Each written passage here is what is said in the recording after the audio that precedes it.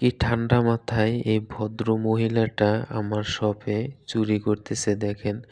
উনি এই যে চকলেটের যে কোটাটা দেখতেছে, এই কোটাটা উনি হাতে নিছে দেখছে, কিন্তু পরবর্তীতে উনি এই চকলেটের কোটাটা নিয়ে গেছে চুরি করে। তো ভিডিওটা আপনাদের সাথে শেয়ার করার মূল উদ্দেশ্য হচ্ছে উনি আমার এই শপে আজকে এসেছে। এসে উনি কয়েকটা আইটেম নিছে, ছোটোখাটো কয়েকটা আইটেম, যে আইটেমগুলো নিতে ওনার সময় লাগতো সর্বোচ্চ 1 থেকে 1.5 মিনিট, কিন্তু উনি আমার সাথে 5-7 মিনিট কথা বলেছে। ওনার লেবাসটা দেখেন কত সুন্দর, পরিপাটি হয়ে আসছে। একটা বোরকা পরেছে, চোখে চশমা দিয়েছেন এবং কত ভদ্র ভাষায় কথাগুলো বলছে আমার সাথে, আপনাদেরকে বলে বোঝাতে পারবো না। কিন্তু এই রকমের একজন ভদ্র মহিলার চরিত্র যে এতটা খারাপ, আসলে মাথা বোঝা খুবই মুশকিল। এক আল্লাহ পাক ছাড়া কেউই জানবে না।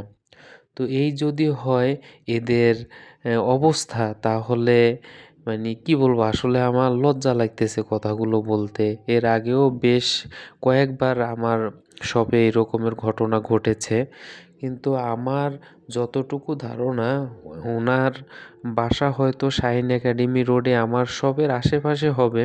এই কারণেই আমি ভিডিওটা আপনাদের সাথে শেয়ার করলাম, যাতে উনি আর কোনো দোকানে গিয়ে এই ধরনের কর্মকাণ্ড না করতে পারে বা এই ধরনের কোনো কাজে লিপ্ত না হতে পারে। অবশ্যই ওনার চেহারা দেখা যাচ্ছে না, তারপরও আপনারা ভিডিওর শুরুতে খেয়াল করলে দেখতে পারবেন যে উনি চকলেটের কোটাটা 370 টাকা দামের একটা চকলেটের কোটা উনি লোভ সামলাতে পারতেছে না। তো তাহলে আরও যদি বড় ধরনের কোনো কিছু হইতো, তাহলে এই মহিলা কিভাবে লোভ সামলাতো? আসলে খুব কষ্ট লাগে এসব কথাগুলো বলতে আমার। কিন্তু উনি যে এই রকমের একটা কর্মকাণ্ড করবেন, এই যে ভদ্রতার আড়ালে যে ওনার যে একটা চরিত্র, আসলে এই চরিত্র বোঝাটা খুব মুশকিল।